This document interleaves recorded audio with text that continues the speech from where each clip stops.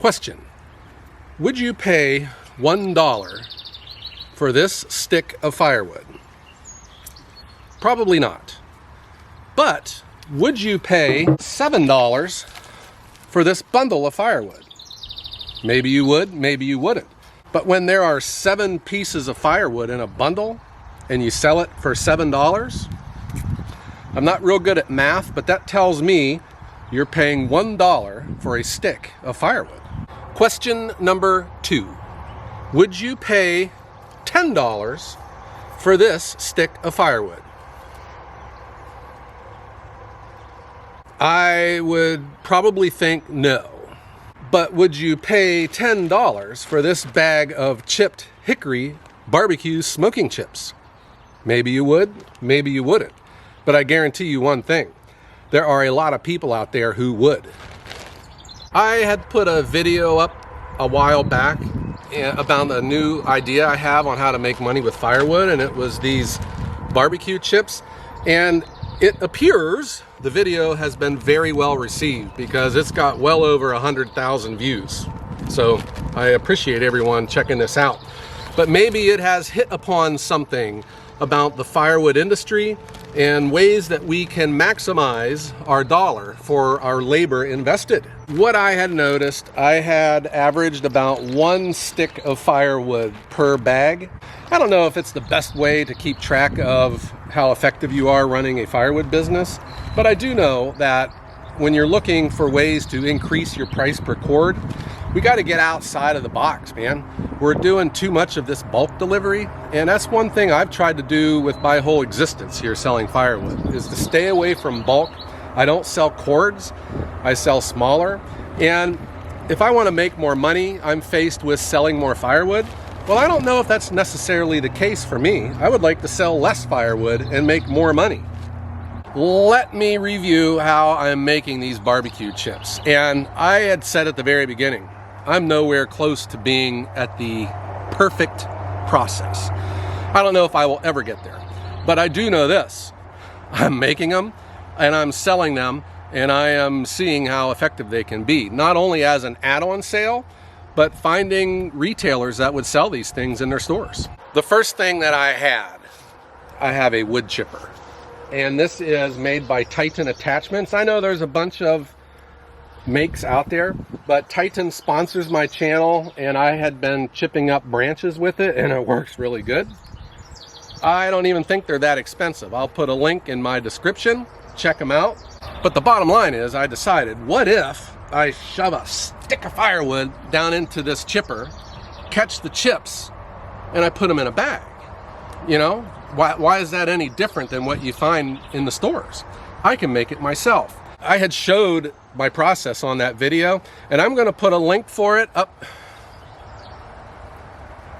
here or here, one of these, okay?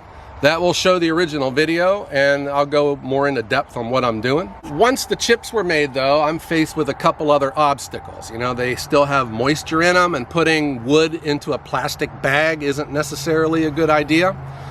And I still believe that packaging is a huge deal. Think about back in the 90s, if you were around then. Remember the Gateway computer? They put them in a box that had cow print on it, and everyone bought them up because they wanted to have that box. Guys, it was a cardboard box. And once you got your computer, you realized it's got the same components in it that some off-name brand had, you know, at the discount store. That is the power of packaging. And while you wouldn't pay me $10 for this stick of firewood, you will pay me $10 for this bag of barbecue chips. That video had over 500 comments, and a lot of them were people calling me a genius because I was sticking my hand down into my wood chipper. You know, thanks for the compliments, but I'm here to tell you guys, it must have been an optical illusion because my splitter was sitting in front of it, guys, but it is physically impossible for me to touch the blades in this thing, no matter how hard I try. They're just too far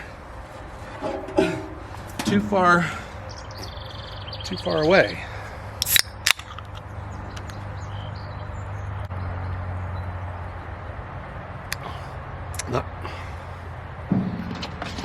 Not bad. I think one of the benefits too of this whole process is it's on my tractor, and I could come out here and set it in the shade. You know, if you're making firewood, my processor sits out in the sun. Where I stack my wood is out in the sun. Well, here I can make profit by parking it in the shade. Not only am I in the shade, but I can just change some stuff around. I do shoot this directly into my trailer. My trailer is over there. I would like to be here in the shade. So I'm just gonna shoot everything into this tub, and I'm gonna go dump my chips into the trailer, and they're gonna sit in there for a couple days because I need them to cook in the sun, and they dry out pretty quick. So all that moisture will be gone. Then I can put it into the bag, and we don't have to worry about mold or moisture. Here is another problem, and I think I need to correct it. These bags are 3 mil. They measure 15 inches by 12 inch, and they have a 3-inch gusset in the bottom.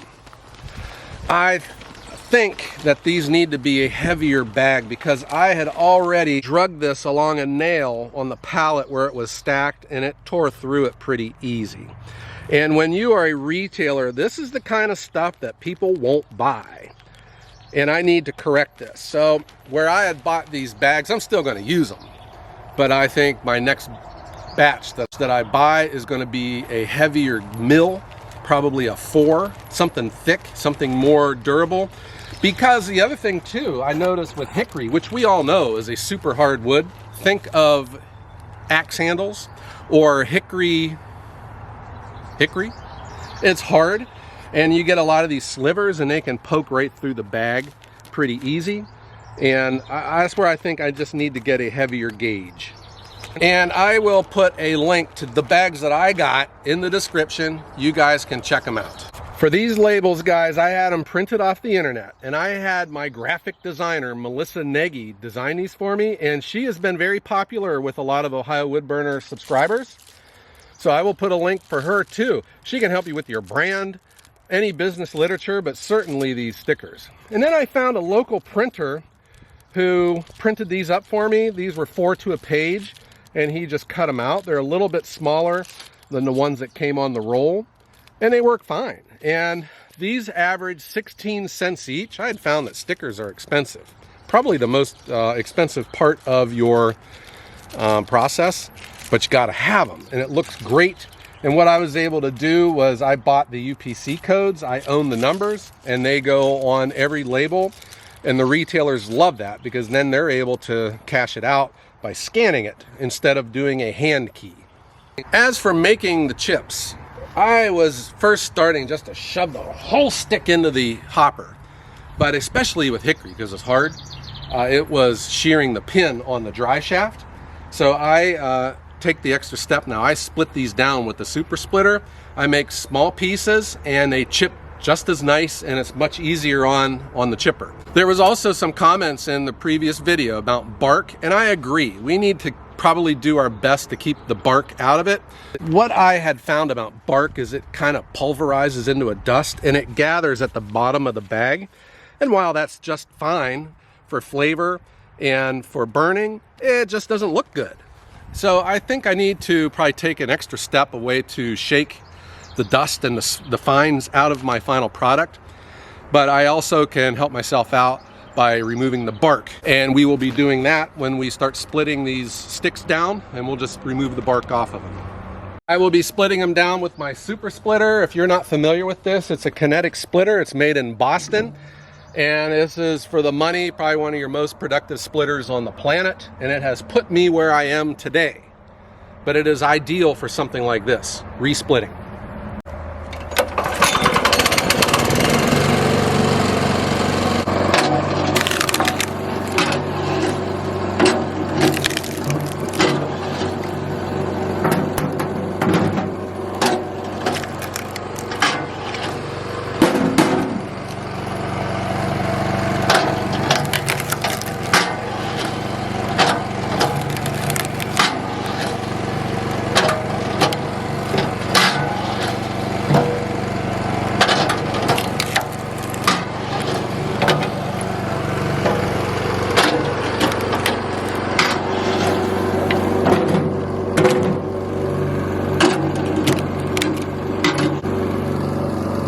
By the way, it smells awesome. Probably one of the benefits of working with hickory.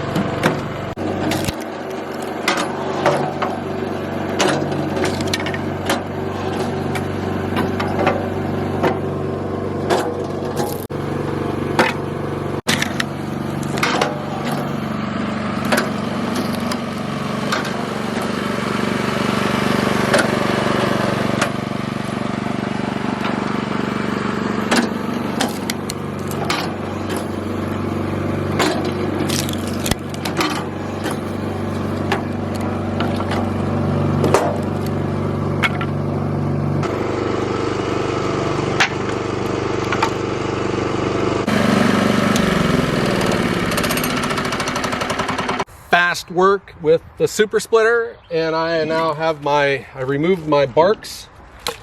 These will not be going to waste. I'll just stack these right back in the hickory stacks. But what I'm left with, guys, is a nice wheelbarrow full of small splits.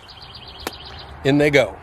One of the joys of my job is smelling this, guys. This is just a rich hickory smell just coming up off of all of these fresh splits. They're still moist inside. Oh my gosh, I love my job. Let's get the tractor started up. We're gonna start running our hickory down through the hopper, and we're gonna watch $10 bills coming out of that chute.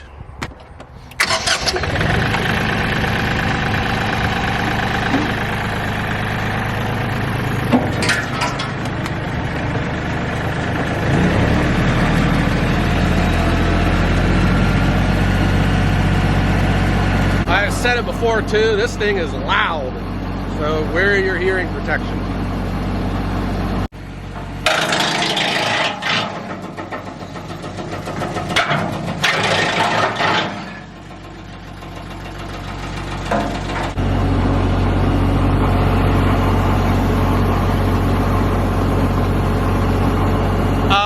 It works.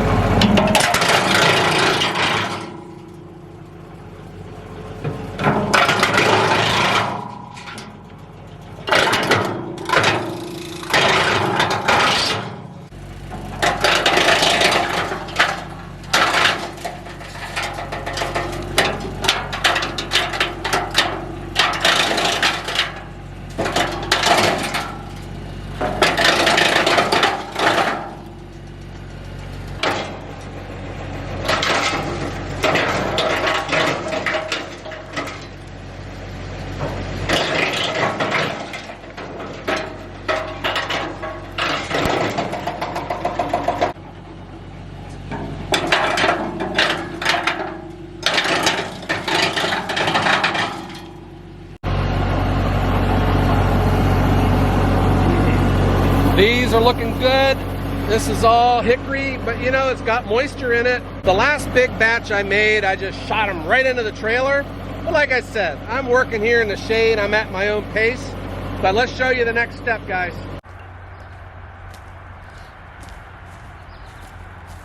This is how I dry it. I just point my dump trailer towards the sun, and we put the tips in and spread them out. Ugh.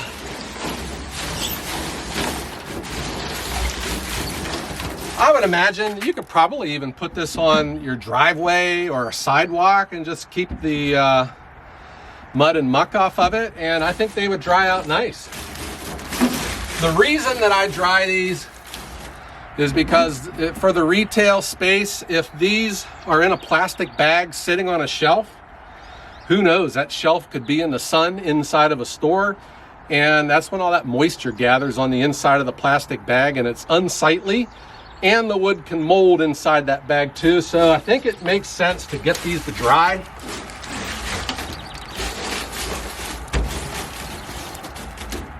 And then we just let it sit. I let my last batch sit for a day and they were good. I would come out here and move them around a little bit. I looked at our weather charts and we're gonna have 2 hot sunny days with no rain chance, and I'm just gonna let these sit in here and cook. And that's how I do it, guys. Is it perfect? No. Is it making money? Yes. I do think that this could be a business model. You could make these, you can have them warehoused and stored, and then go out and start finding your accounts. You know, I would look for locally owned grocery stores, convenience stores, hardware stores, bait shops, anywhere. When you think if you are camping or if you're barbecuing, where would you go? I would go talk to them. Stay away from your national retailers, your national convenience store chains, because they work out of a central warehouse, and that's who you would have to be dealing with. As for me, this is an add-on sales opportunity and some small convenience stores, hardware stores, locally owned, that I can go after. Guys, never underestimate the power of packaging. It's the same thing with kindling. You know, you can take your splitter scraps and shove them in a paper bag. You give those away. But if you can come up with a nice packaging to show off your kindling, it creates that much more value for your customer. And yes, I do make kindling, and I will be showing that to you here in an upcoming episode as well. As for me, I have more chipping to do. I'm going to get all of these chipped, put into the trailer for drying, and then we'll be bagging these. I have received a lot of great ideas on how I can package these chips and put them into the bag, and I have a way that I'm doing it, and I'll show you that on an upcoming video. But as for now, let's get these dried. I'm gonna make some more chips, and I'm gonna wish all of you guys a great day.